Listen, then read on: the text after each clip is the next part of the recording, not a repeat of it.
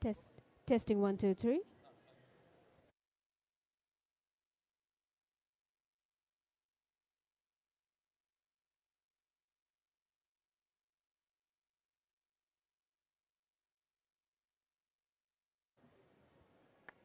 A very good evening to you and a warm welcome to Sri Lanka Tourism Expo, which is organized by the Alumni Association of Tourism Economics and Hospitality Management, University of Colombo, in partnership with One Galle Face Mall and SLAITO. So today is the first day of Sri Lanka Tourism Expo, and this Expo will continue until the 20th of this month, which entails a lot of fun competitions like cocktail competitions, and there's also culinary competitions. You probably would have witnessed a culinary competition before we commence this. So it's all about introducing or letting people know about what Sri Lanka has to offer to the world. And at the same time, I would like to bring to your notice that there will be a mini travel mart which will be happening tomorrow at the same venue, which is organized by SLAITO. So I would like to invite our panelists who are present here this evening, because we will be having a very important panel discussion. So I would like to invite all our panelists on stage. Mr. Kamal Munasinghe. Can we have Mr. Shevon Daniel, Mr. Nishad Vijayatunga, and Professor Suranga Silva.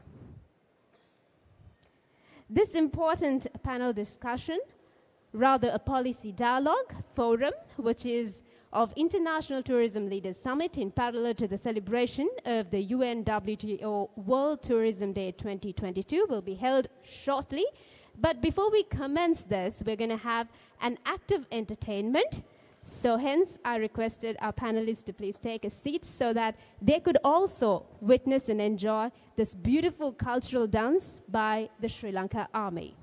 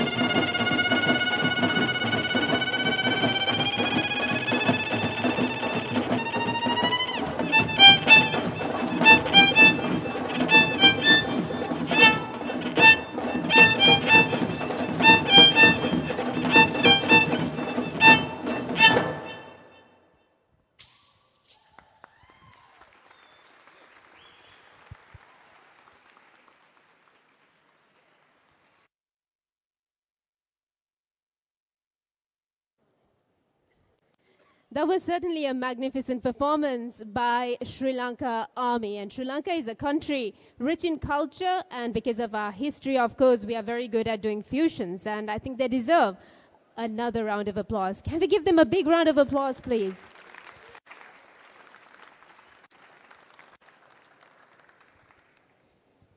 And as I mentioned previously, we are gathered here today for a very, very special panel discussion. It's on Extended Industry Policy Dialogue Forum of International Tourism Leaders Summit in parallel to the celebration of UN-WTO World Tourism Day 2022.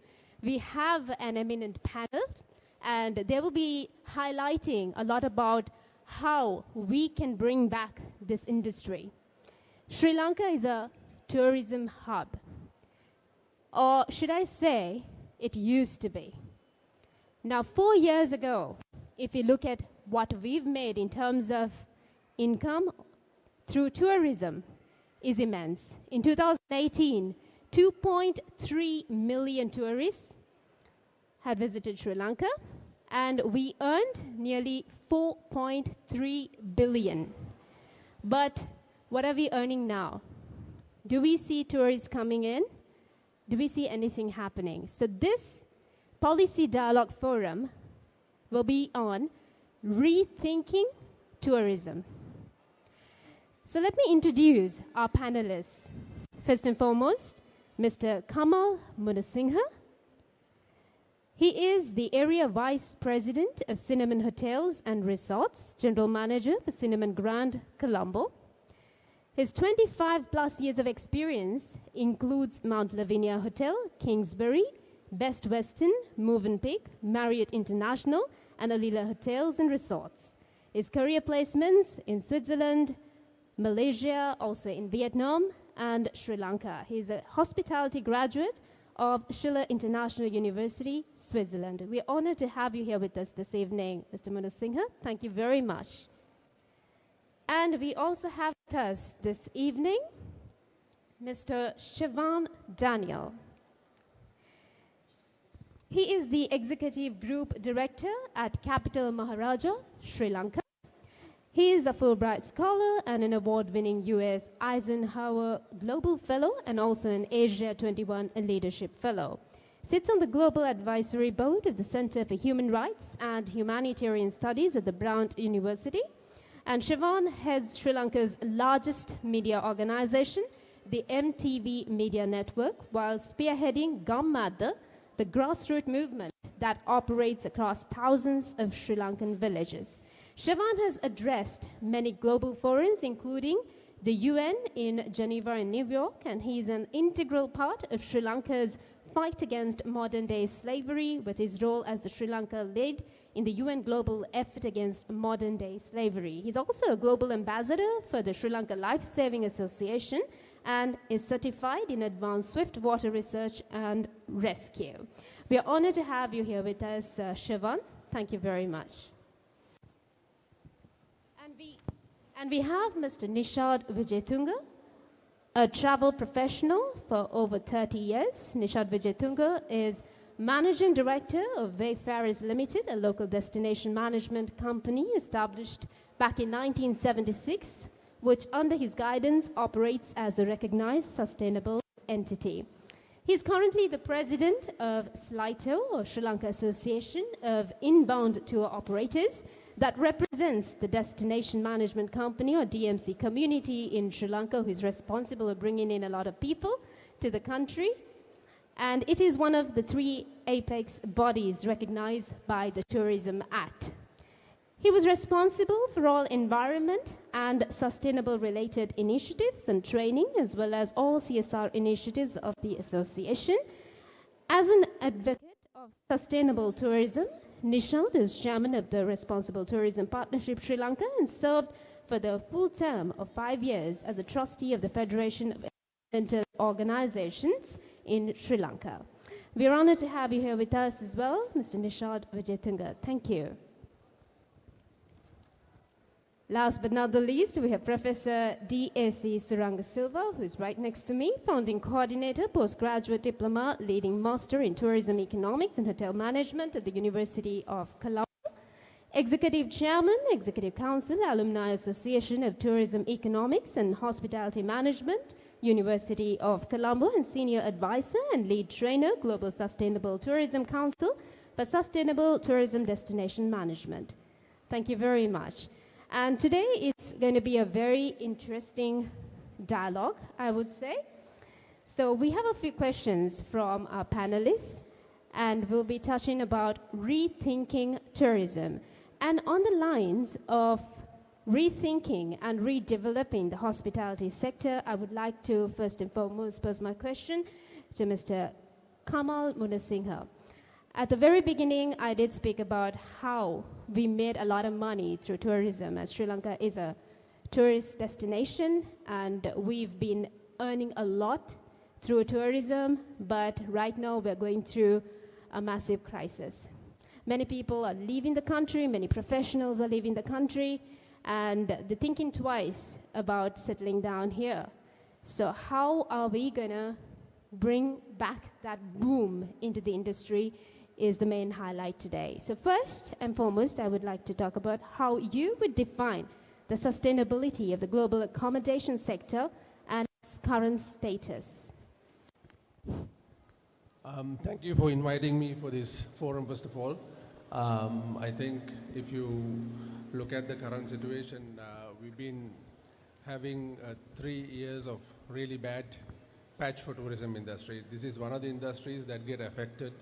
No matter what happens in the world, anything negative that happens in the world, is tourism the first industry that gets affected. We have seen that in many instances and many occasions. When COVID hit at the end of 2019, I was in Malaysia at the time. What we immediately saw is the arrival of tourism. And over the last 2 years, I don't have to remind, we went through a really bad patch where we had lockdowns, where people were not allowed to go on the street. We were not allowed to visit countries. The hotels were shutting down one by one. But the global tourism and the hospitality industry somehow managed to survive those 2 years. It was a very, very difficult 2 years. But now, at the end of this pandemic, or we can call it an endemic now, we are seeing the light at the end of the tunnel. We saw a very good pickup in tourist arrivals, not just for Sri Lanka, but overall a global tourism arena. We saw in the last year, if you look at it after October, we saw a huge increase of tourism, the travel start happening. There's a lot of travel starting to take place after the pandemic. And we are seeing that happening in Sri Lanka as well. But for us, for Sri Lanka, we saw a really good 3 months, starting from December last year, going into March this year, until we started having our own problems in our own country.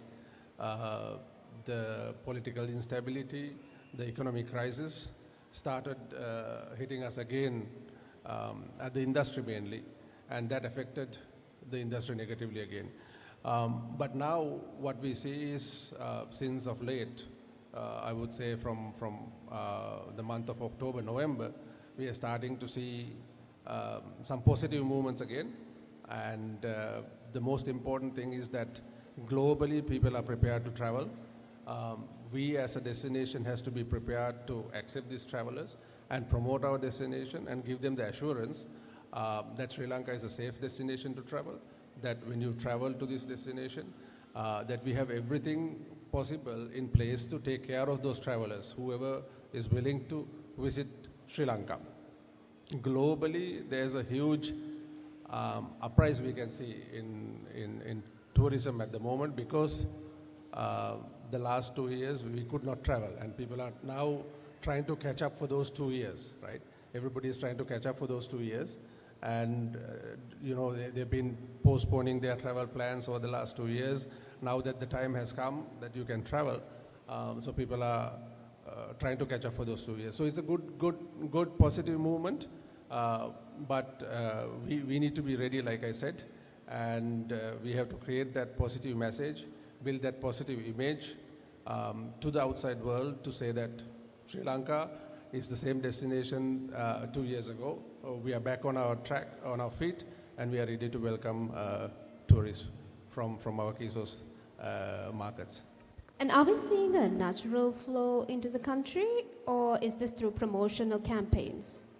We have always had natural flow. I think Sri Lanka is blessed with this kind of natural flow over the years, because if you look at the last 30 years, first time, I left Sri Lanka when I was 17 in 1990, and I came back first time to work in Sri Lanka in 2009, 2008. Still the 30-year war, I think most of you don't even know about that war. But during that time, so towards the end of that war, I came back to Sri Lanka. And even during that time, we had tourism. Our hotels managed to scrape through. I don't say that there was influx of tourists, but there was time, people were coming to Sri Lanka still, because Sri Lanka is a popular destination because what we have to offer in this nation island, right? And so there is definitely a natural flow to Sri Lanka. We just have to instigate that natural flow. We just have to bring our message clearer across to the global arena to increase this number of tourists coming into Sri Lanka. And how do you intend to capture opportunities through developing MICE events, mass gatherings, banquets, and so on and so forth? So MICE is one of the biggest industries that's happening in when it comes to tourism industry. MICE is expected to grow up to $1.3 billion revenue industry by 2028. So if we are to capture a part of that MICE trend and MICE business, I think there's a lot we can do, but also we have a lot that we can offer. Actually, this afternoon I was at the SLAITO talking to government officials who are traveling and who are meeting foreign delegates, giving them an update and giving them an insight of what Sri Lanka has to offer as a MICE destination. It was organized by the Sri Lanka Convention Bureau, and it was a good session where we managed to actually communicate that message to a group of people who has constant contact with the foreign delegates. And it is important that all these people who are having constant contact with the foreign delegates know what the destination has to offer, what we can do. But to grab the opportunities, I think the most important thing is we build our digital marketing strategy and have a right digital marketing strategy to promote MICE destination. Because if you look at Sri Lanka as a destination, we have more than enough accommodation in Sri Lanka. If you look at Colombo, we have over 4,000 hotel rooms in 4 to 5 star category, and there's another 2,000 rooms in the making over the next 2 years. We have over 11,000 seating capacity in our MICE and convention event facilities. And as a destination, we have everything to offer. If you come to Colombo, you look at the places that you can get into. I don't know if you knew that if you are once you're in Colombo, you can even do your diving license in Colombo in Mount Lavinia. You can go visit shipwrecks. You can visit Singaraja rainforest within a matter of 1.5 hours. You can get to the beach and lie down on the beach. Go to Yala, the national safari parks, within a matter of couple of hours. You can go to Cultural Triangle. So I don't think this kind of setup is readily available in any of the other destinations that we actually compete with. If you look at only the road network from airport to Colombo, and if you compare with most of the bigger destinations in Asia, for that matter, if you look at KL, it takes more than 1 hour from airport to the main city, Kuala Lumpur. Same goes with Thailand, Singapore, but Sri Lanka, within a matter of 20 to 25 minutes, you are in Colombo. And then once you're in Colombo, get to all the other destinations, is actually a matter of hours that you can change your climate, you can get a change of scenery. That is a matter of hours. So I think what is important is for us to know what our customers are looking for and what our customers are saying, and how are we going to do that. I think all the young people are very savvy with digital marketing and also with the social media. So social media is a great way to find out, and also the digital channels are a great source to find out what the market is saying, what they are looking for, and where these people are coming from, and what kind of experience they are looking for. And that is very important as a destination to understand what is the traveler's expectation, what are the traveler's expectation, you know. Once we know that, then it is a matter of having the right strategy in place, having the right digital strategy in place, because why I'm talking about digital is because you don't have to go to the destination to do a digital marketing campaign by spending a lot of money. You can do it while sitting here in Sri Lanka, focusing on why people should come to Sri Lanka, why should anyone select Sri Lanka as a destination to have their MICE event. We have lots of positive things to communicate, right? And that can be easily communicated digitally. And once you have that strategy in place, you get the right team to execute that strategy, because having a strategy is not enough if you don't have the right team to execute that strategy. And that team, I'm sure, and I'm very positive that we can find that team within our nation. We have enough and more talented people that who can execute this kind of strategy and bring our product to the world stage. And once you do that, it's a matter of assessing, seeing what the production is, and then also making necessary adjustments in order to target our target market. So I think these are few things that we can do without having to spend so much money to promote our destination as a MICE destination. And I think just recently there was a video made by a young couple. I don't know if they're in this. Sometimes they are always here in these forums. And that video itself, I can't remember how many likes and how many impressions were made. There were hundreds and thousands of impressions were made about Sri Lanka.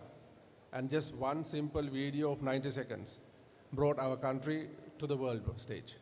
So this is how powerful the digital marketing tool is, and then we have to make use of that to promote our destination as a MICE destination. Thank you very much for those very valuable words, I would say. And I think, as you mentioned, it's not just about a certain board or association which needs to work on taking the message forward. I think all the youth out there and everyone who's actively involved in digital media, social media, could spread the word and get people into the country. So speaking of this, I think I should shift to Mr. Daniels.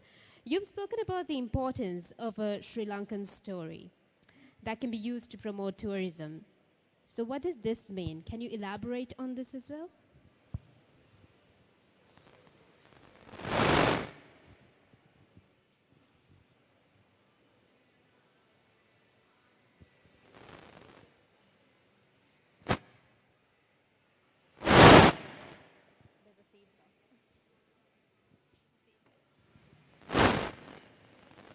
We might need to shift mics, I guess. Can we?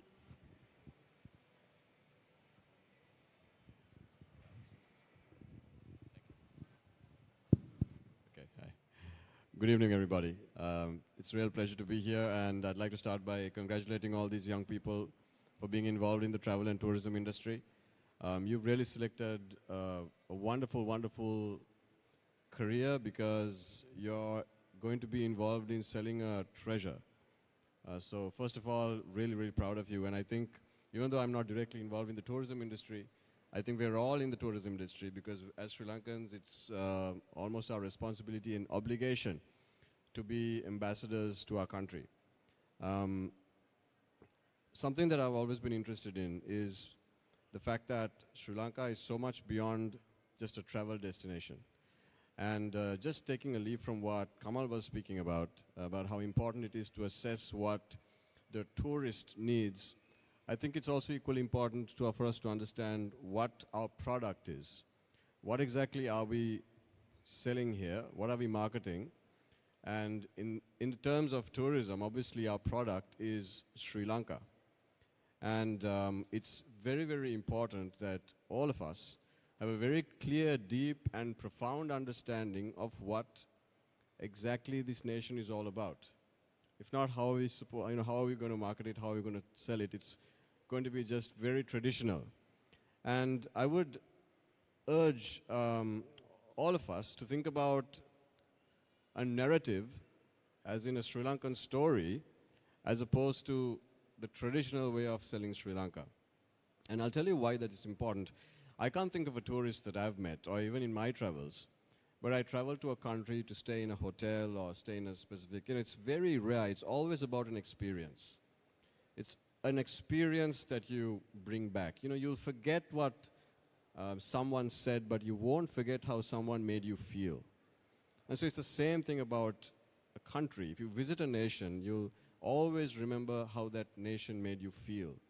You remember the stories and the experiences. And Sri Lanka is absolutely blessed in terms of this beautiful narrative.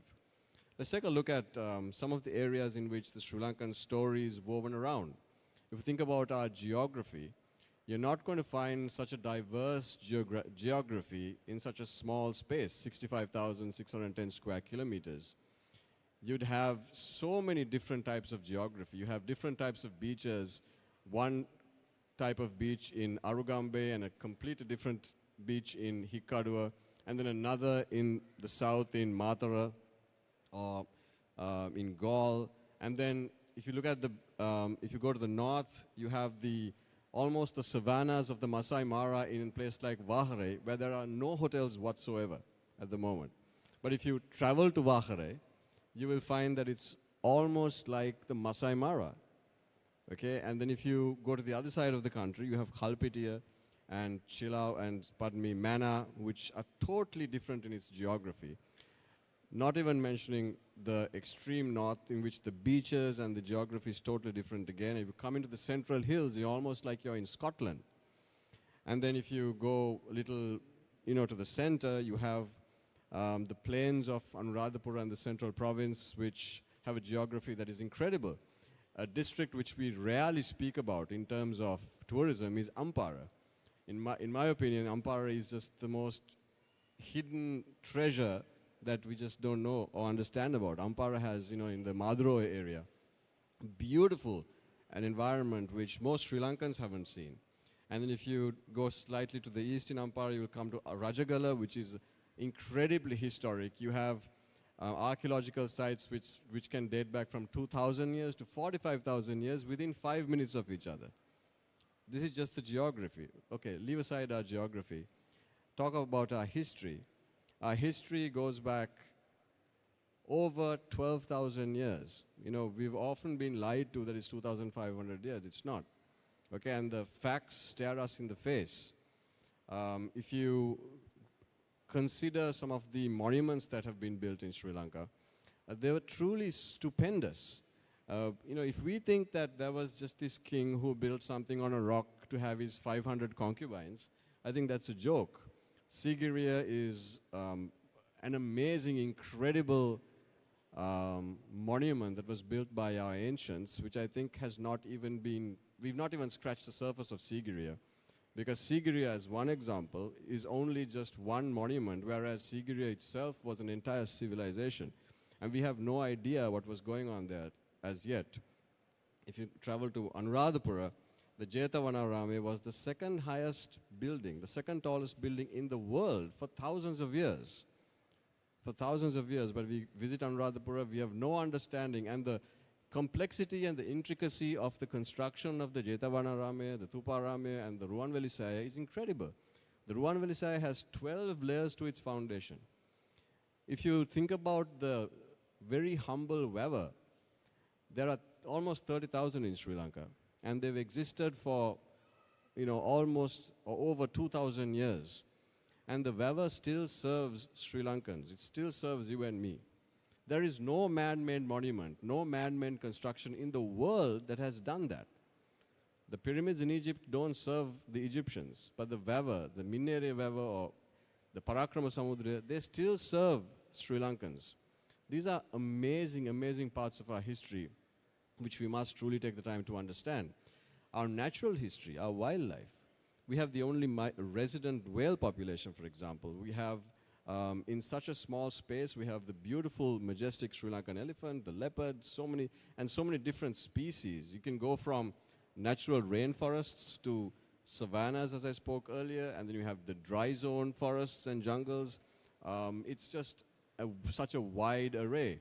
And one mistake that we often do is we seem to think that we are the pearl in the middle of the Indian Ocean. Nothing offends me more. අපි ඉන්දියානු සාගරයේ මුතු ඇටය කියලා අපි හැමතිස්සම හිතනවානේ. මම හිතන්නේ ඒක තමයි ඉස්සෙල්ලාම අපි වෙනස් කරන්න ඕනේ. We are not the Indian pearl in the Indian Ocean. We are the pearl of the Sri Lankan Sea. Let's first get that right. Our ocean is almost 9 times as big as our land mass. That makes us a very, very big territory. And unless we start calling it the Sea of Sri Lanka, Sri Lankanu Muhuda, then nobody is going to give us any respect because we are forever going to be this little tiny teardrop in the Indian Ocean. The reason I say that is, sorry. Well, speaking of that, I think even when we go abroad, people do misunderstand us for Indians as well. And then when you try to actually explain that, no, we are like a separate country, oh, it's still, in the Indian Ocean. So I think what you said is very fair, that we need to make it a point that we promote the Sri Lankan ocean, be patriotic a bit, even with the oceans.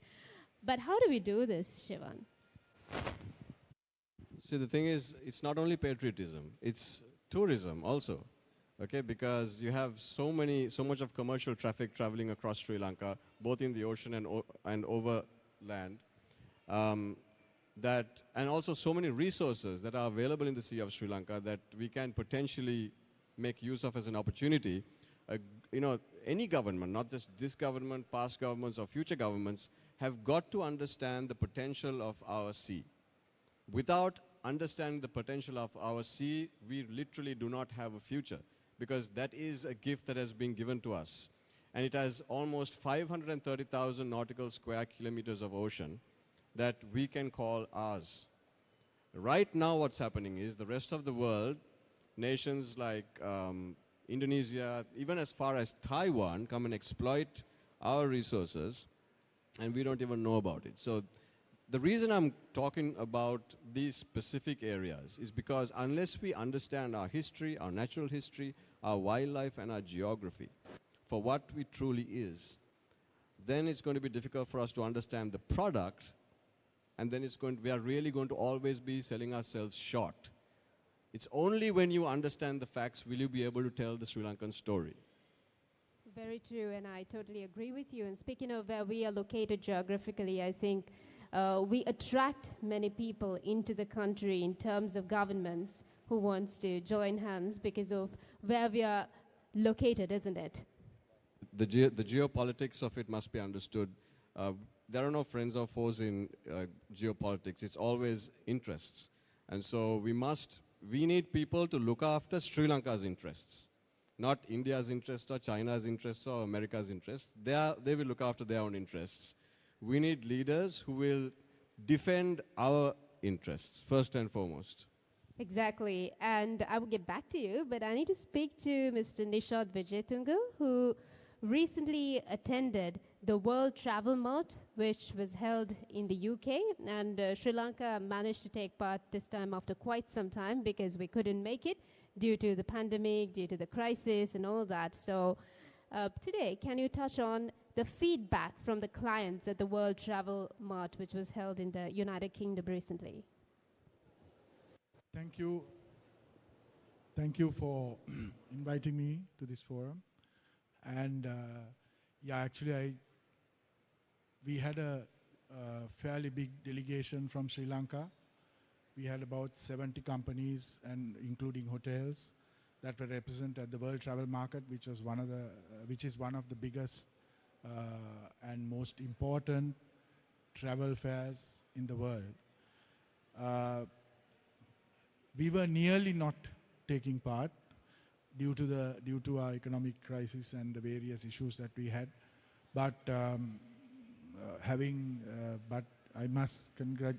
to actually mention that with the intervention of the Honorable Minister, and who actually had discussions with us and understood the importance of actually going and being present at World Travel Market, he did a lot of work to ensure that we would go there. Now, World Travel Market is something that, there's a lot of talk sometimes about, we don't need to attend fairs, we don't need to be there, it's a waste of money. You can look at it in two ways. That is, it's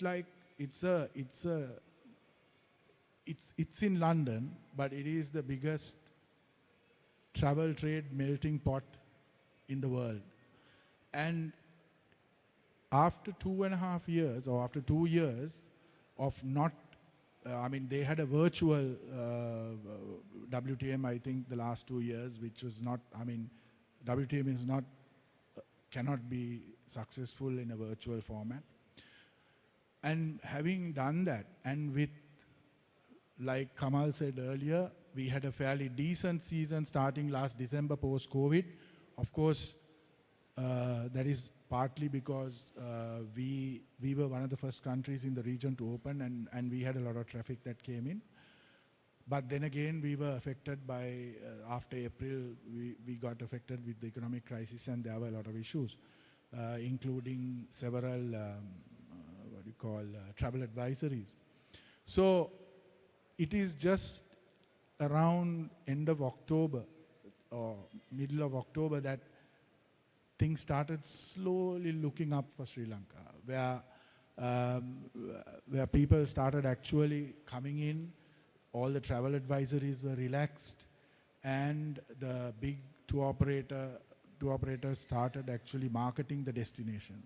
See, the problem is that when a country, when there is a travel advisory, a negative travel advisory on a country, the tour operators in those countries cannot even advertise or market the destination. So bottom line, since about May or June, Sri Lanka was completely off the market for the especially for the European market, because that is our big market for the winter season. So therefore, under those circumstances, and with all the negative publicity going out, unfortunately, I know Shemaine is in media, but sadly, the media thrives on negative, especially the international media. And it's very sad that even now, some of the pictures, some of the images, whatever they are showing, is from just one or 2 days of incidents in this country. And this is what the BBC and CNN have been showing over and over again, which has created an extremely negative perspective of this beautiful destination. So under those circumstances, with all that negativity, and we were just beginning to raise our heads, if the Sri Lankan travel industry was not present at World Travel Market, that would have given a very, very negative negative image to the entire industry. And I must say that actually there was a EY study done back in 2020, taking into account the 2018 numbers, which was 2018 was our best year actually in tourism in recent times. And that study shows that still up to 70% of tourists are brought into the country through the tour operators, the big tour operators, and the local DMC community. So yes, there were a lot of, even during when there was a negative travel advisory, there were people coming, there were people traveling, but actually that is a tiny trickle. And actually, even if you take the online platforms like the OTAs, it's only still around 30% of tourism that comes in through those channels. That is what the study had shown. So therefore, it was very important for us to be there. And in fact, we made a big noise, and it has created a very positive effect.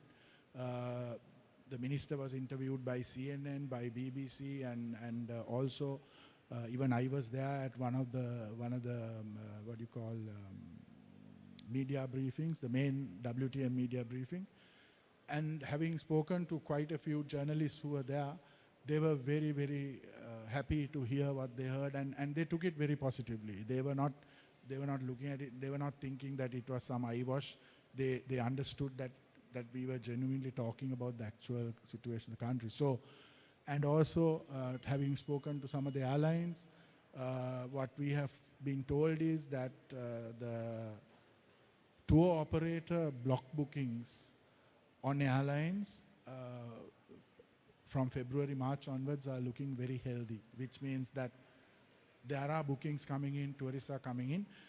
We may not see a massive influx in November, December, and maybe even early January, but that is because the usual booking period for winter is around between July and September. And unfortunately, our country, our destination was off the market at that time. No tours, no tours or hotels or anything were being offered by the operators in those countries because of the travel advisory. But I think now, since things opened up after September, we are looking at probably positive growth. We might see some semblance of normalcy in the February, March months of the winter season. And we are hoping that the country situation will remain as is, and that we will be able to bring those numbers in as we go along. So in a nutshell, it was good that we participated at WTM, and the message that was sent out is very, very strong and very positive. In fact, both SLAITO, Sri Lanka inbound tour operators, as well as the Hotels Association of Sri Lanka, we did a joint PR campaign just in the UK because we were going for WTM. And even that we can see is yielding some good, is bringing in some good publicity. And hopefully the numbers should start coming in. And since you touched on media, I think I'm going to ask this question from Siobhan. So being someone who is heading a channel and been involved in media for a very long time, if you may tell us the role media should be playing in terms of promoting tourism, and how can we take this forward? Yeah, I know we get a lot of brickbats, but the interesting thing is somewhere in May or June, a very important person went on an international channel and invited all the tourists to come and join the Aragalia. So don't always point fingers at the media. There was a reason there was an economic problem in Sri Lanka. People made terrible decisions, and I think everybody here was suffering as a result of it. I don't think it's anything to do with the media. So the media's job is report the truth. And I think even today it's important to report the truth. So yes, optimism is very good, but that optimism must be based on the facts. So our economy must be assessed on the facts, not just someone hoping that it's going to be good in January, February, or March. The facts are very scary, so we must address the cause of the situation, not the symptoms. And we must support the examination and the addressing of the cause. So the media's role is to continuously highlight the cause for the disease. It's not very pleasant. It's not very nice. But unless the doctor tells you, hey, you need surgery here, you will die. So it's not good news all the time, unfortunately. So I think that's the most important role of the media. So we are used to the brickbats and the bouquets. Okay, we are the best channel in the country one day, and then we can be the worst the next day. That's perfectly fine. As long as we are staying true to our credo of reporting the truth to the people, we believe the people will decide. Siobhan. And I would now like to talk to Professor Suranga Silva on Rethinking Tourism for Sustainable Livelihoods. So what is livelihood tourism? Can you tell us what that is in detail? Livelihood, thank you very much, and good evening everyone. Livelihood means provisions providing for the necessities of the human life. So when you look at the rethinking tourism, it is one of the best catalyst concept we can ensure that livelihood, sustainable livelihood development. So as we know that tourism has been recognized as the most important industry which can ensure the living standard development and the social development of a country. So why it is considered tourism industry is a multifaceted and interconnected industry which has connected with almost all the industries of the country. Now we can see that when you look at when we calculate the backward and forward linkages of the industry, it is so important to say that compared to other industries, when you spend $1 for Sri Lanka tourism, it can generate more than 250 cents of US dollars.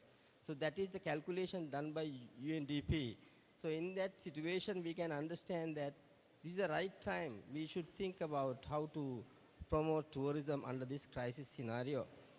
The most important thing is the policymakers and other decision makers have focused on the direct impact. But when we look at the indirect and induced impact, which are much more higher than the direct impact. So sometimes you might see in the people are struggling to live in Sri Lanka, they might be selling these days are not businesses. Example, if you look at the fishing industry, if you look at the other industries, they are having a big problem to sell their products. So I actually calculated if 4 million tourists come to Sri Lanka, how many eggs we want to develop to satisfy the tourist needs. So when we calculate, it's more than 160 million eggs we have to produce for Sri Lanka, in Sri Lanka for satisfy the tourist needs. So in that case, we can understand that tourism industry is more towards the living, improve the living standard of Sri Lankans. But unfortunately, the policymakers have not put the right attentions. When 4 million tourists come, what type of agriculture sector development we should do, what type of service sector we have to develop is to be in a part of our holistic strategic plan. That is what we are lacking right now. So the most important thing is right now, we want to ensure that tourism is the development drive for the country, for the poor people's upgrading their living standards. Because it has been considered as a strategic industry for poverty alleviations. But right now, the most of the unknown and untold stories are revealing that many Sri Lankans are suffering because of the industry's current situations. Therefore, it is important to understand how we can support local community and the living people, those who are living in the industry, to upgrade their living standards. Communities, Professor, I think, as you mentioned, certain people are struggling because of the downfall of the industry. And we see many people in the rural areas and also people who are in tourist destinations, and they make a living out of selling their goods and products to tourists. And they say, we need happy people to welcome. So what do we do about this, and how do we build this again and make them happy so that we could actually promote whatever they're doing in terms of survival? Actually, what we have realized sometimes we are focusing on the traditional type of tourism development. We have to go beyond that one, because tourism is not just traveling and making fun. It has a great potential to create benefit for the community and the people. So therefore, it is our responsibility to find out the right type of tourism promotions. Example, if you look at the wellness tourism, it has been now growing everywhere. So if we can promote wellness tourism, it can, though it could be the number less, but the value additions, value added, more job opportunities, and income with our country and remaining with our country because of the higher value added. So that would be great for Sri Lanka tourism development. Doing anything about it? So I industry is planning right now, even though industry is, the tourists are demanding such product. So therefore we have to cater that product, otherwise our destination will not be recognized as a prominent destination. Specifically, we have to add with the sustainable tourism applications. So what are the positive impacts, livelihood around the tourism? The positive impact, actually we can see that because of having lost the positive impact, now Sri Lanka is suffering. If we have a positive impact, at least $4 billion US income, so most of the problem could have been finished now. Basically per year we have to pay the loan repayments and the interest, $1 billion US dollar, but we are generating more than $4 billion US if we lost that income. But what I want to tell you right now, the positive impact is very high. We can improve the positive impact, and we can make very multiplicative impact for the country's development. If you could tap right tourism product that ensure more tourism income, more value additions, more value added, more revisitors to Sri Lanka, so more experience, because this is the experience-driven industry. So therefore, we must try to create new experience, because this is the industry, very competitive, challenging, churning, but finding the exciting experience. So that is where we have to be very innovative and very creative.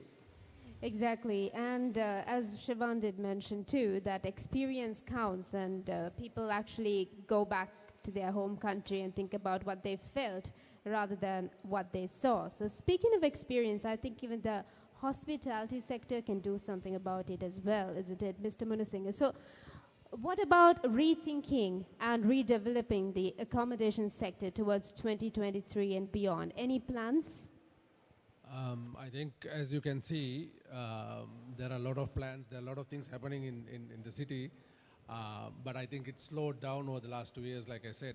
But now we can see slowly those projects are coming back to life. One, that kind of project is coming from Cinnamon Hotels and Resorts, Cinnamon Life, which is going to be an integrated project. We are planning to launch by end of next year, first phase, and then hopefully fully launch by year 2024. So like that, there are so many other projects. ITC Sheraton is coming up. There's a brand new Courtyard by Marriott starting soon by December. There are other talks of having other hotels opening, international hotel brands opening in Sri Lanka. So it is also very, very important that we see these international hotel brands coming into Sri Lanka, because we should not see that as a competition. Of course, the competition is there, but we should see that as a global player coming into Sri Lanka, promoting Sri Lanka in the global market, because they have a bigger reach to the global market. So we should welcome them with open hands, so that they can go out there and promote the destination to the global market. In terms of challenges, I also want to talk about the challenges a little bit that the industry is going to face with.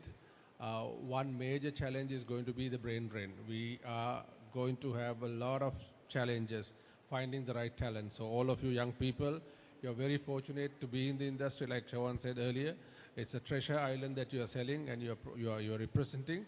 and you will have great opportunities going into the next couple of years, finding a right position for you within this industry. We are seeing a lot of people leaving the country at the moment because of various reasons, and also what happened over the last couple of months.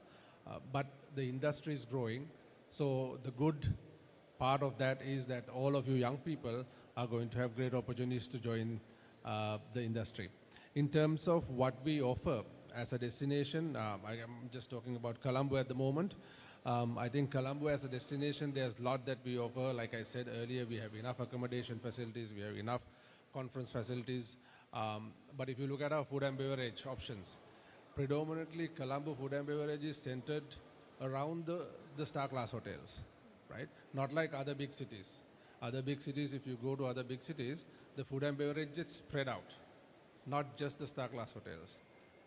So that area has to be facilitated. I think there's a lot that we can do to facilitate that industry and get that investors to come and invest and building a great food and beverage product for the destination. And entertainment, that is another area that is missing. I think if you go to the streets of Colombo by 9 o'clock, it'll be a dead city. The main road is Gold Road, and Gold Road is empty at 9 o'clock. Nowhere in Asia, any of the other countries, by 9 o'clock the roads get empty, you know. But here in Colombo, you can go to Gold Road and you can drive your car at 60, 70 miles per hour because there's no traffic. So that's the situation at the moment. So there's a lot that we can do to bring this product, build this product, to make it more attractive. I'm not just talking about having entertainment or is the main part of it, but it is part of the tourism promotion that we need to portray our destination as, that when you come as a tourist, that all these things are available, because Sri Lanka has a lot more to offer than just the food and beverage that what we talked about. But this is one part that the tourists are looking for when they come to a destination, especially when they come to a city destination, right? That's very important. The other thing is, I think over the last 3 years, because of the challenges, our product has not been upgraded in general. So there's some work to do, including ourselves, everyone else in the market, I think. There's some work that we can do in order to upgrade the product to be competitive in the market, in the region, over the next couple of years, when our cash flows shows some positive numbers, that we can put some money back into the operation and also to our product to enhance the product.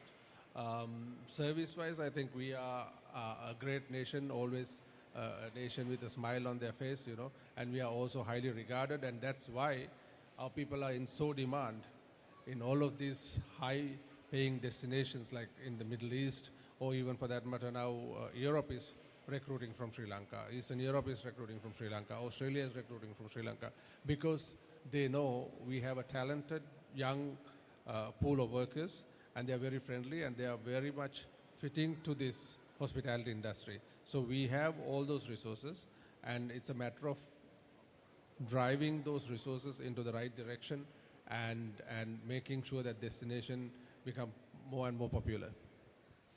Thank you very much for those words, and I'm pretty sure that the youth who are present here today has a massive role to play, as you mentioned, and I agree with you on the nightlife and about, the city being dead after 9:39. And I mean, yes, when we go abroad, what we want to do is make use of the stay to the maximum possible limit. So you want to do some night shopping. You want to, experience a lot of things, probably in your 2-day visit.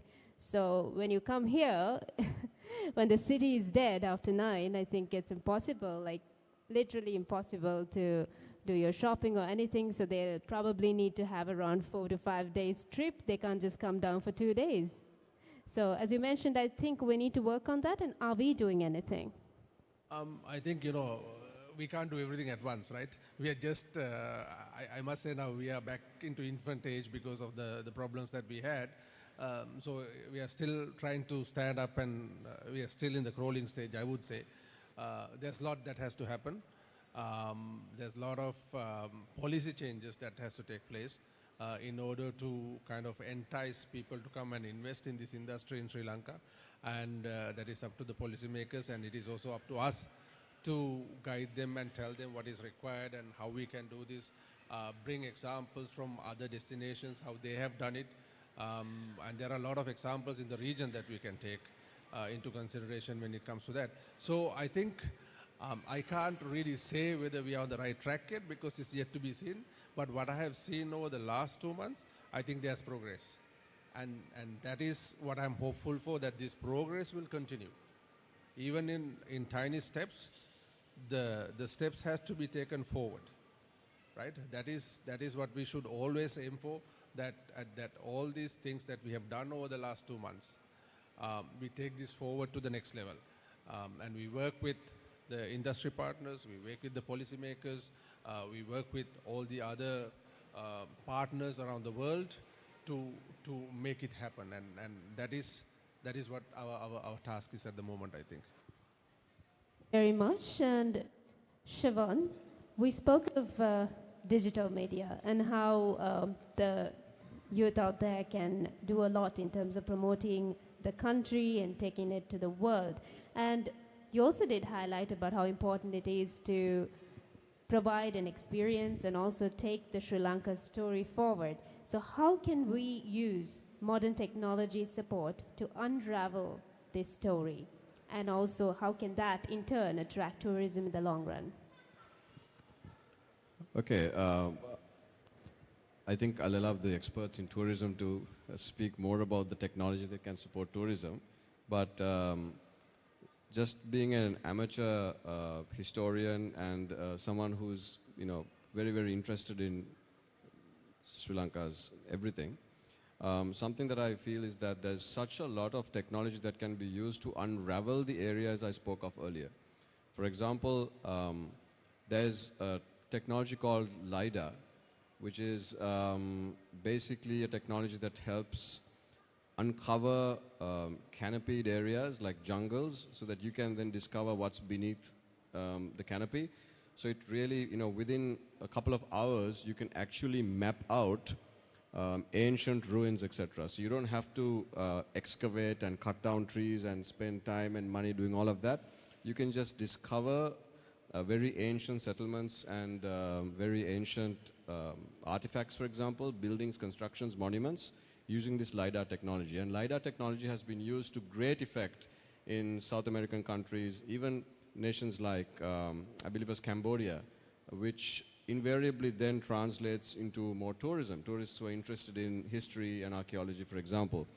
The other really important thing is that we use technology to geotag and make it easier to access and understand our important locations. For example, we are replete with so many SLTE, the glyphs that are available and found all around the country. But very few people know where they are, and you certainly can't read it or understand what the significance. So if we can digitize the glyphs, the petroglyphs that are found across the country, I'm very, very certain that there's going to be a completely new group of tourists that we're going to attract because we'll have that information readily available. Of historians into the country. Yes, historians. I'll tell you another niche area of tourists that we can attract, which I'm sure these gentlemen have already thought of, but the adventure tourist is a very niche traveler. For example, rock climbing. Sri Lanka has some of the greatest rock climbing and bouldering destinations in the world. For example, the Panama beach has incredible boulders, the beach, the ocean, and then wild elephants, all within like 100 meters of each other. And there's an entire community of rock climbers. This is just one example, that travel all around the world looking for interesting new places to climb rocks. And it doesn't cost us a thing because the boulders already exist. So all we need is to create the experience and they will come. And spread the word as well, isn't it? That's where technology and digital media plays a massive role. And I would also now like to talk to Mr. Vijay Thunga. As the SLAITO president, what other aspects could be touched upon to let the people know about what Sri Lanka has to offer? We have a lot of competitors like Maldives, then Thailand, who are actually doing pretty well. So what can we do about this? Yeah, so actually Maldives is not necessarily a competitor. Maldives is a completely different product. One island, one beach. Of course, when you take the experiential tourist, they do have things like Dhoni cruises and things where they travel from one island to the other. But by and large, Maldives is a resort destination. The real advantage that we have, like both I think Shivan and also Kamal said earlier, is the fact that we have a very compact product, very compact destination where you can see the largest sea mammal in the morning, and by afternoon you can be in the jungles of Yala seeing the largest earth mammal, and also like the elusive leopard, where Yala is currently has the world's highest density of leopards in the world. So these are actually very, very attractive propositions for any tourists, especially wildlife.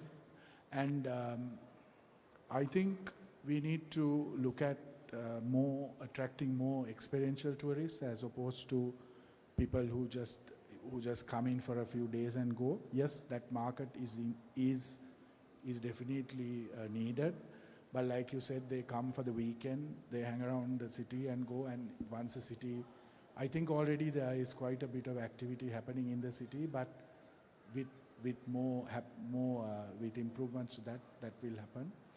But where Sri Lanka's absolute unique selling point is the fact that we are a very small island with multiple attractions which you can cover within a matter of 10 to 14 days, as opposed to going to Thailand, or I would consider Thailand, Malaysia, Laos, Vietnam kind of as our competitors, because they have similar layout, similar landscape, and similar tropical forests and things like that. But of course, that said, it's you have to travel great distances, and it's not easy. Whereas in Sri Lanka, it's very, very easy. You come into the city, you can, within 3 hours from the scorching hot sands of the East Coast, within 3 hours you can be in the temperate hills of Ella or Bandarabilla or that area. It's very easy. So those are the things that we have been promoting. Of course, going back the 60s, 70s, when we first started pushing tourism, we were also only pushing the beaches. And I still remember Maldives was sold as an extension from Sri Lanka. Maldives was never a unique destination. Maldives is always come to Sri Lanka and then go to the beach in the Maldives. But sadly, obviously with the 30-year war and everything, yes, we did have tourism right through that period, but coming into the 90s, Maldives and into the 2000s, Maldives is now selling Sri Lanka as an extension, which is actually sad, right? But that said, we still have our beaches, we still have a lot of people coming in, especially from the European markets for experiential travel, and there is a big demand for that. And actually, the reason I'm harping on this is because if you take tourism income, you have to look at income in terms of also yield, right? We always talk about India having the biggest numbers, or China bringing in so many million, right? Of course, the thing is, they come for maybe 5 days or 2 or 3 days, and if they're Indians, especially, it's maybe a weekend or maybe maximum 3 or 4 days. Whereas if you go back in the statistics and analyze it, the UK European tourists spend minimum 10 to 12 days on the island, and the average spend is around $182 per day. So when you calculate that, you can figure out the yield. UK was our #1 market in 2018. But if you take it even not only heads-wise, where you said 2.3 million tourists, again, there is a slight issue there because everybody coming in, as per the World Tourism Organization definition of a tourist, is anybody with a foreign passport coming in for more than 24 hours. So if you analyze it that way, this EY study that I spoke about, which was done in 2020, came up with that if you looked at the genuine tourists who came into the country, though the 2.3 million, yes, we had 2.3 million come in, definitely they brought in foreign exchange up to $4.5 billion. But the genuine tourist itself was more like 1.8 to 1.9 million who were spending this kind of money that creating this yield of what I was talking about of $180 to $200 per day, spending average 10 to 12 nights in Sri Lanka. They are not necessarily have to be high end or anything like that, or medium to small, low to medium end is fine as long as the money is spent here. And also, just to expand a little bit on what Dr. Suranga said, the multiplier effect of the tourism dollar is, I think, about sixfold, no, Doctor, if I'm not mistaken. And we have approximately 3 million lives, or 15% of our population, dependent on the tourism industry. Doesn't mean they work directly in the industry, but about 15% of our people depend on the tourism industry. So therefore, that is the reason we need to really work on getting the tourists in. To put it very, very lightly, or to put it in plain English, the lowest hanging fruit to solve our current problem, which is a foreign exchange problem. So therefore, it is important that we project, and it is in those terms that I was talking about media. I was not criticizing your organization. I'm not criticizing, but I was talking about the negative media that's happening worldwide. Every time there is some talk of a protest that's happening now, I experienced this at WTM, right? They were talking about a protest on the 2nd or something of November. The images that were going out were pictures that happened on the 9th of May. So that's what I meant by being negative. Yes, I agree with you. We need to address the truth. We need to solve things. But bottom line is, right now, if a tourist comes here, and also right through these problems, when tourists came, they didn't really have a problem, because in the industry, if they came through a DMC, if they came through a tour operator, we had made all arrangements and the facilities were provided. So all we're trying to do is to help support these 3 million livelihoods to earn a living in a dignified manner, as opposed to going out with a begging bowl and getting money that we need to pay back. Whereas the tourism money that comes in will stay here, and it will get distributed amongst the communities. And that is the main message that we were carrying even at WTM and beyond, and which is what we are still doing. So yeah, that is, I'm sorry, I think I strayed a little bit from what you actually asked me, but just wanted to make that point. Thank you. That's totally okay. And could you also extend a message maybe to the youngsters here on their role in terms of taking this forward as well? So actually, like the others said, I'm sorry I didn't say it, I've been in this industry 30 years. It's a fantastic, fabulous industry. We've been through a lot of ups and downs. During the war, there were the times the airport was attacked. There were so many negative things that happened. And the first industry to get hammered is tourism. Immediately it stops. Moment there is a travel advisory, nobody can come here. So then everything comes to a standstill as far as the industry is concerned. But also, Sri Lanka is a blessed nation. It's a fantastic, it's a really resilient nation, because even, I mean, if I go back to the airport attacks during the war, I still remember it was, I think the attacks happened in somewhere in June, if I'm not mistaken, June or July. Immediately, that was the first time during my tourism career I experienced the travel advisories that were very negative for everybody. But within a matter of, I think, July, August, September, by the 6th or 7th of September, the travel advisories were removed. So, and then we saw tourism bounce back that very winter season, which was started in November and December. It's the same, even after COVID, like I said, last year, we opened the country in, I think, somewhere in October or so. By December, January, February, we had a fabulous season. So, yes, so you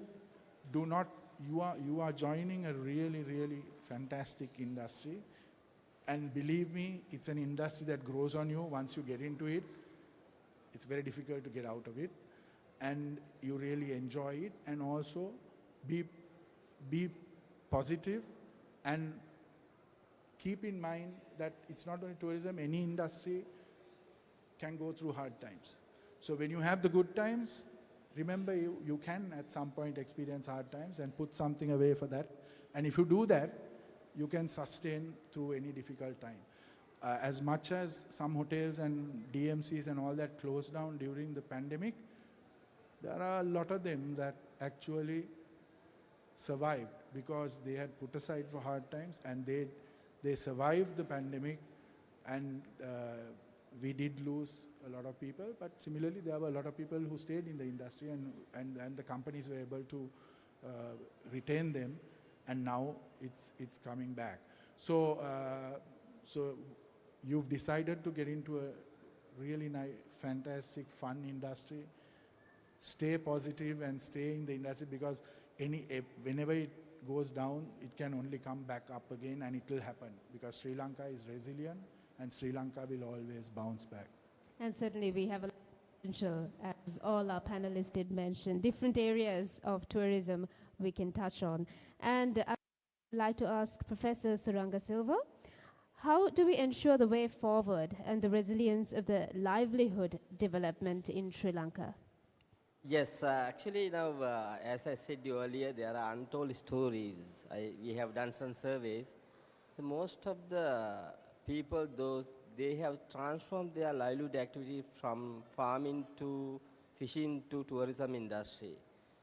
They are very happy, actually. They were very happy. They have a lucrative income. They got high income. Then they've been employed in the agriculture sector, fishing industry, farming industry. But the very bad thing is now they are suffering. Those stories are not being expressed anywhere. They have been telling that they lost their income. They had a traditional lost income. Now income is much good, actually, tourism income. But unfortunately, the vulnerability and the predictability is very low. So in that situation, we have a certain opportunity cost. Shifting agriculture sector and farming sector, fishing sector to tourism industry, there are so many public resources have been utilized by the industry. Though the industry is run by the private sector, the public resources have been utilized, beaches and forests and the cultivations. So therefore, there is a opportunity cost, severe opportunity cost. We have to look at that one also. Therefore, today is the biggest challenge is how to ensure the resilient building of the industry. Even we don't know what happens next time. The global warming is happening. Now we have realized that the duration of summer time period in Europe is getting shrink and shrink less than less. So if it's happened in future, Sri Lanka tourism would not be very attractive because the same climate they can see in their country. So therefore, we have to find out the more resilient buildings, disaster management approaches for tourism industry. Because the majority of the people, those who are involved in tourism industry, involved sector and the small scale sector. So therefore, it is our responsibility as a policy planners and directors of the industry, how we can minimize the negative impact to the community and how we can improve the resilience of the industry, specifically those who are involved with the industry from a small scale level. So for that one, I think that the most important thing is, as previously said, we have media responsibility, we have stakeholder responsibility. Recently, some of you have heard about Maldives had a fire. 11 people died. But no media is mentioned in that part. We haven't seen it. I was to go in Maldives, actually, then I got from that organizing committee, there is a fire, about 11 people are died because of the fire. But no media has been released it. But here it happened, what happened? The whole world will recognize that Doesn't incident. stay. Yes, this is very dangerous. So therefore, every stakeholders must take the responsibility to develop this industry in a sustainable manner. Everybody must be happy with this industry, as SLTE President said. This belongs to everyone. So therefore, we being the academic, we must do our best contribution rather than just publishing the article without using anybody's. We have to do action-oriented, policy-driven articles, and this type of activities. This is why we, Colombo University, is doing. We have been doing this one more than 7 years right now. Every year, even last year, previous year, even though some events have been actually postponed, but we never postpone our any event. Last year also we had this one during the COVID time. This is why we determined to make our best knowledge contributions. The knowledge is very important. Why? Because industry is going to be very competitive. You cannot predict what is happening. You cannot predict what rivals or competitors are doing. So at the same time, new markets are coming now. In 2050, 70% of Japanese people are going to be more than 65. So wellness tourism and our tourism must be more important, because hospitality is more important than the physical development. So therefore, we must be proactive. So this is what I want to suggest you as the last message. We must be together and we must be proactive. We must develop a new product, and new product must develop the experience. Experience must ensure the fair distribution income, and that is where we can ensure the sustainability. Thank you very much, Professor, and I think that is like a great message to everyone present here as well. So before we conclude this panel discussion, I would like to open the floor for questions. If you have any questions from our panelists, can you please put your hand up? Raise your hand. You do? Okay, that's great. We have two. Can we have a mic? Okay, I'll do that.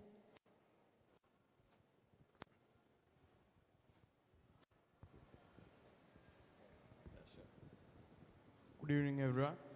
Good evening, dear students. Mr. Shivan Daniel, you have mentioned that before. The media is the thing who is responsible for the bad image of Sri Lanka, because Sri Lanka is a still developing country. Due to the previous pandemics, Sri Lanka has gone down. Everyone witnessed that. And Mr. Kamal Munasinghe mentioned that in the last year, nearby in the October month, yeah, that's the month, the tourism level is going up, because at that moment I was working as a front office receptionist in a hotel, and I have witnessed that the tourists are coming, and it is totally increased day by day.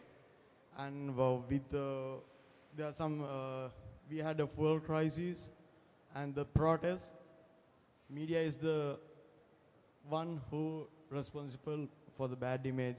But Mr. Shivan Daniel, I believe that you can change that.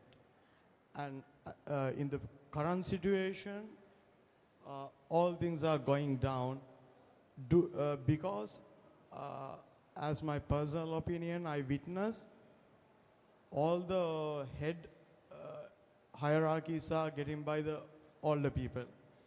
You have to hand over things to the younger generation, because we have more ideas. All the students that gathered here, they also have ideas. They are extremely amazing, because I know as a student what they are thinking, what they can do. I suggest you, if you can, hand over the tourism to the younger generation. Mr. Kamal Munasinghe, you can pressure up the things, because you are the hierarchies in Sri Lanka.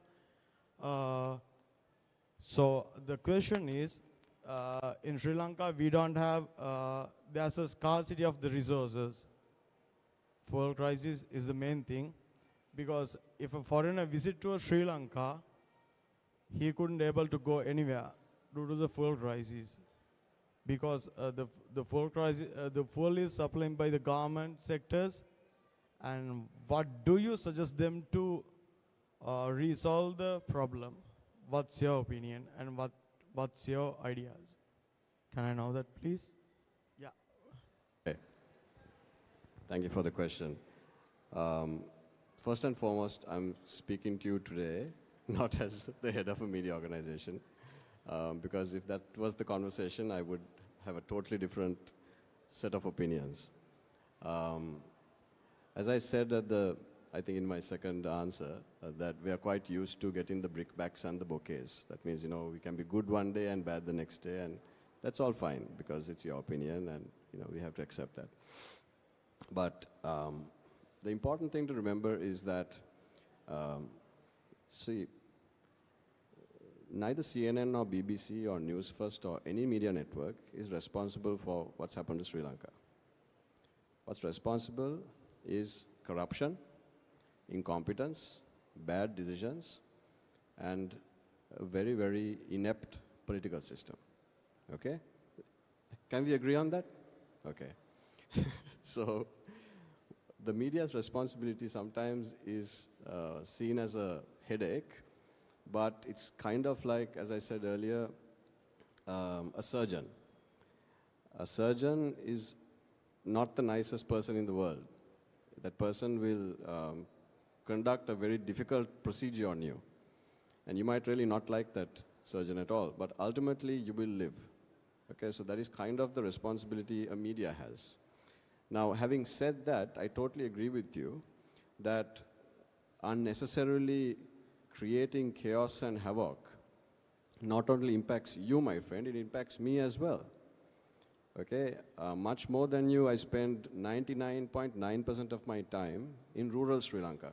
Today, after this event, I am traveling to Nuwara, where we are opening a water purification plant at 6:30 in the morning tomorrow. From there, I'll be traveling to Badulla, then all the way down to Matara, and spending my entire weekend with normal, ordinary, rural Sri Lankans. So I know exactly what the people are going through. I also understand the reasons. Okay? I also understand how important it is to give young people the helm, as you said. So that's exactly what we are fighting for, so that young people like you will have an opportunity in the future. Okay? And I think that if you all come together and unite, we can achieve that wonderful future. I'm not saying that everything that we do is perfect. We'll certainly make mistakes. And it's appreciated when those mistakes are pointed out so that we can also get better. But my one request is that we should always assess the truth. That's what I keep coming back to. Because we're a Buddhist nation, right? What is the founding philosophy of Buddhism? Are you a Buddhist? Buddhagame moolikama sankalpaya mokadda? Satya.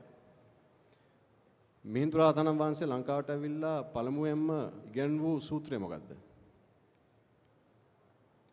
චූලහත්ති පාදෝපම සූත්‍රය. චූලහත්ති පාදෝපම සූත්‍රයේ ඉගෙනුවේ දත්ත හරහා සත්‍ය හොයන්න. බුද්ධ ධර්ම ඇවිල්ලා ඉගෙනුවේ නැහැ. දත්ත අනුව සත්‍ය හොයලා ඒ අනුව තීරණ ගන්න. ඉතින් අපි දත්ත දෙනවා අපිත් එක තරහ වෙන්න එපා.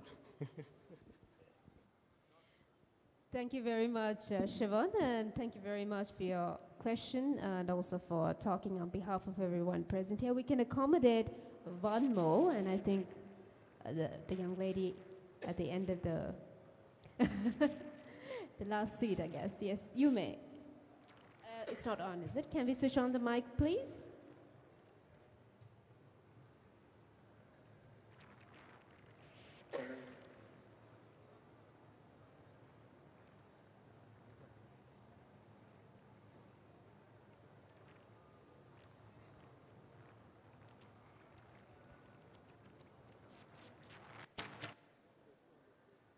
We're getting a new mic for you.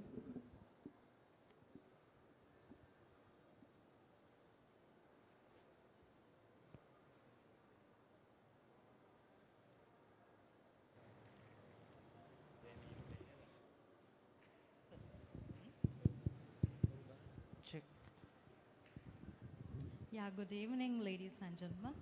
So thank you so very much, and it was a very interesting session, first of all. So my question is, and this is for two things. So we are talking about our nature, the adventure, the weather, or whatever the resources that we have in Sri Lanka. So what I believe, as per my knowledge, correct me if I'm wrong, so we don't have ad agencies around the world. So, and that can give a good awareness about the country, the resources. It's not only about the resources that we have. So, since a person that I'm in the industry, I strongly believe the brand awareness as a destination is really important. So, my question is how these ad agencies and the storytellers are important as a country. And I have another thing. So, it's will definitely lead you to the brand destination, sorry, the brand awareness and the destination. And it's all about the positioning ourselves in the world. So, and the next point that I would like to highlight, and I need your insight on how we can pair with other nations. We always talk about Europe, and we are always targeting, I mean, that's our bread and butter, I agree, for some time back. But why can't we start from the Asia? Like we can like work with India, China, and all these countries, rather looking at the big picture. I know we can target that, but we can start from the Asian segment.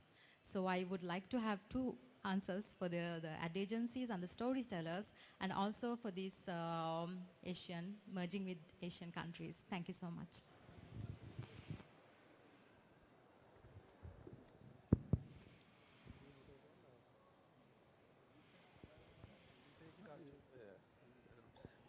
Thank you for that question. I think it's a very good question because we are all talking about how we can promote this destination and bring our story out to the world.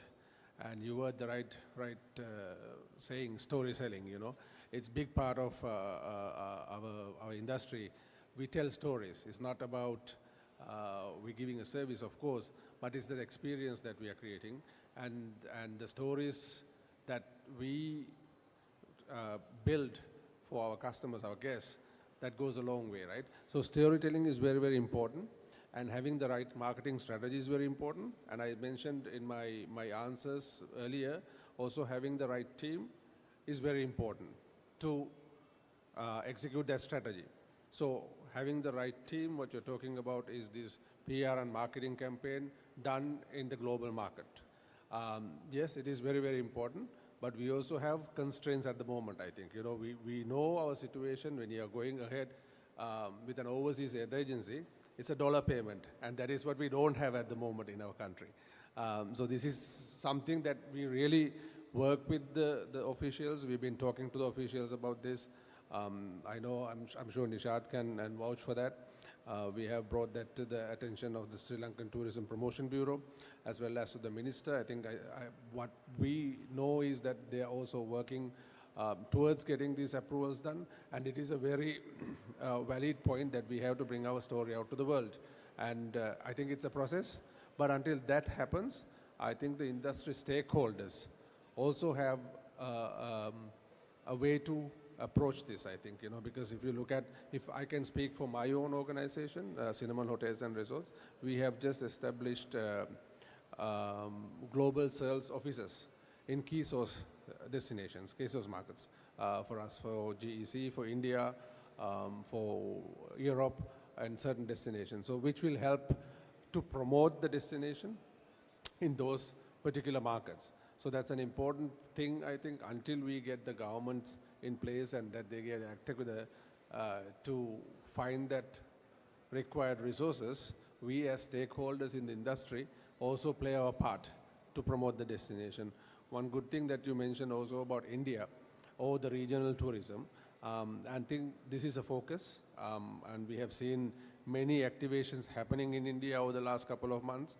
The Tourism Promotion Bureau, including the minister, was involved with the industry together in 2 roadshows, and there are more roadshows planned for India, because we know India is a market that can pick up very quickly and that can give us the injection that we need, you know, the quick injection that we need until everything else starts performing to us. So the focus is there. I think we have to penetrate into those markets much more than what we're doing at the moment, and constant penetration into market and bringing that right message out, clearing that.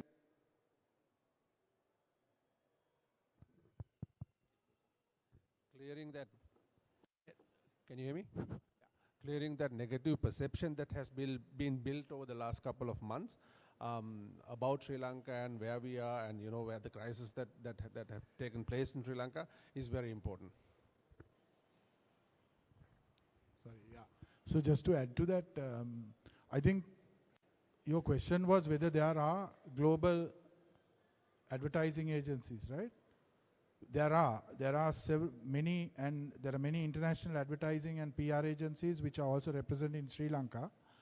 But as Kamal said, right now there is, and also I know for a fact that the Sri Lanka Tourism Promotion Bureau already has a plan. In fact, I heard about it just this afternoon also, for a global PR plan that they are working on starting up very soon. But the focus would have to be mainly on like social media, which we can actually spend money here and do it out of here for the moment. With regard to the markets you were talking about, there's a lot of work being done in the Indian market. Just in the end of September, we had 3 road shows in Delhi, Mumbai, and Hyderabad, which has created a massive hype. There's 3 more road shows being planned very soon. Has been very successful, and also I must say, India has always basically come to our rescue. Whenever we have had a major crisis, it is India who has come in and kicked the market off, and that has always happened. It's happening now also. Also, I know I was talking a lot about the European markets. That is purely from a yield point of view, and also the winter season is essentially a European season, and that is their main season of travel. That is why we were focusing on that. But also, right now, the numbers, if we're looking at numbers, the numbers are being generated out of Russia. And there's also plans for more airlines coming in from that part of the world, as well as there's also airlines that are starting up from the rest of Europe as well, which will start happening towards the end of this month or so. So yeah, and there is a major focus on India and the other markets, but the rest of Asia at the moment, China is closed. No, China opens, I'm sure there will be an influx from there as well. But the other markets are now, they are actually trying to get people to come into their countries at the moment, because their economies have also been affected. But I think in time to come, yes, because if you take 2018, all these Asian source markets generated fairly decent numbers, with India taking a lead, and of course also the UK and Europe. So I hope I answered your question.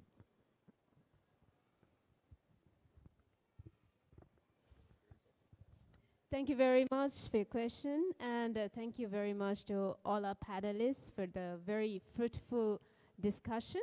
And I would kindly request you to please remain on stage for a few more minutes. Please bear with us. We do have something very important happening right now. And we have the launch of the Zero Plastic Excellence Awards website.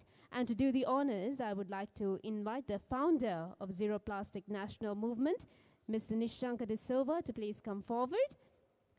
And if you've not heard about Zero Plastic, now they were the ones who were responsible about the viral environment campaign, which was held featuring all world-renowned tattoo artists who came all the way to Sri Lanka to make sure that they get involved in helping us have a cleaner Sri Lanka, I would say, with zero plastic. So can we have Mr. Nishanka De Silva to please come forward to launch the website?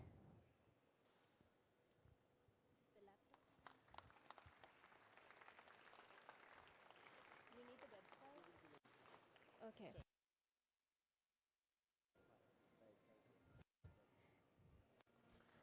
You can also look at the screen. It's a bit uncomfortable, but then we will be showcasing the website on screen as well. And I need to convey a message on behalf of the founder of Zero Plastic. Says, be a leader in hospitality industry with your groundbreaking sustainable initiatives. Zero Plastic, a national movement, invites all the hoteliers who are committed to reducing plastic usage and building a sustainable Sri Lanka for the Zero Plastic Excellence Awards 2023. So you can have a look at the website, which is right behind you right now on the screen. And what they say is that they honor your excellent contribution to the country towards sustainability. So the ones who are involved in the hotel industry and also who makes it a point to promote zero plastic in the industry, you can apply and you can access the website, and probably you will be provided with the website URL as well before you leave. So you can also have a chance, you stand a chance to win an award as well, so why not? Thank you very much once again to the panelists, and thank you very much Mr. Nishanka. And we do have a beautiful performance by the Sri Lanka Army once again, so let's relax a bit before we wind things up.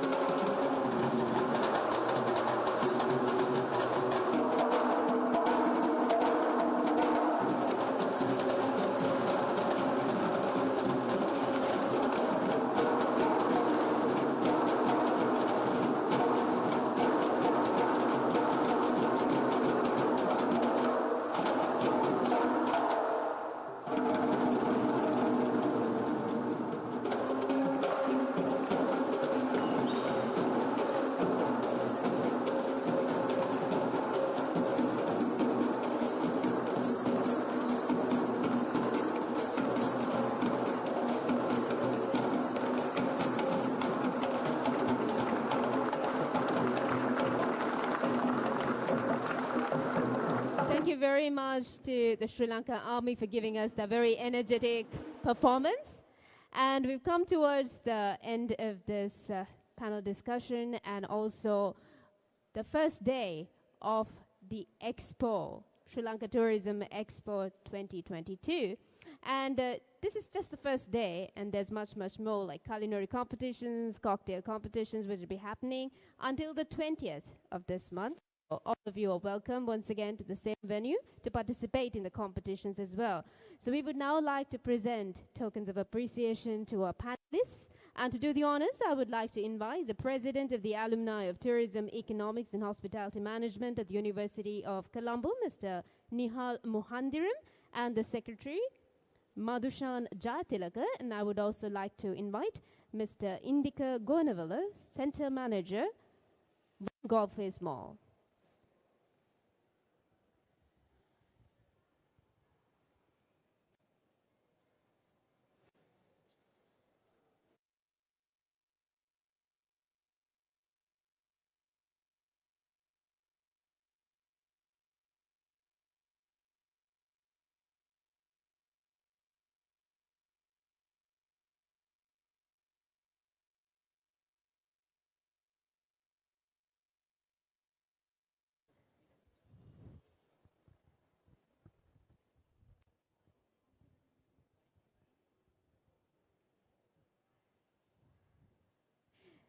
Can we have Mr. Kamal Munasinghe?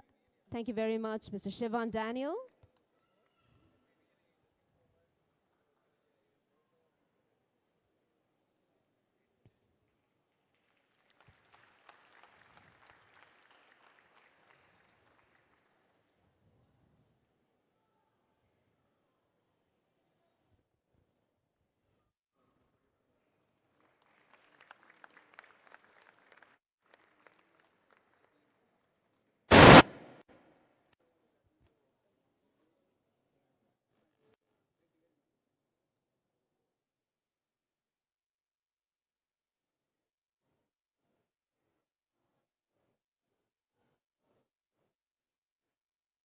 Can we give them a big round of applause, please?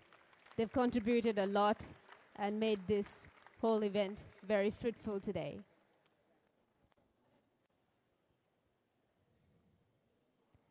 Last but not the least, I think we have to give Professor Suranga Silva as well a token of appreciation for your contribution today.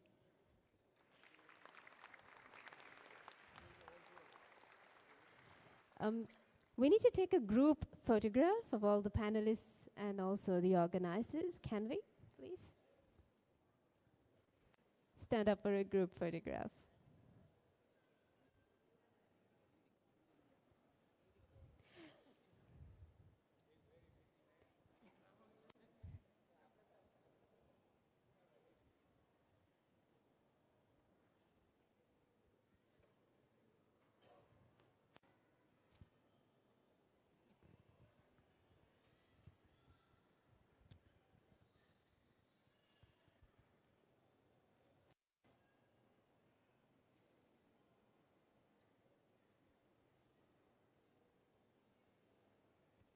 Thank you very much once again on behalf of the organizers for your contribution at this important dialogue. And thank you very much for your participation, and visit this venue again for the next few days because the Expo 2022 continues until the 20th. And have yourself a great evening.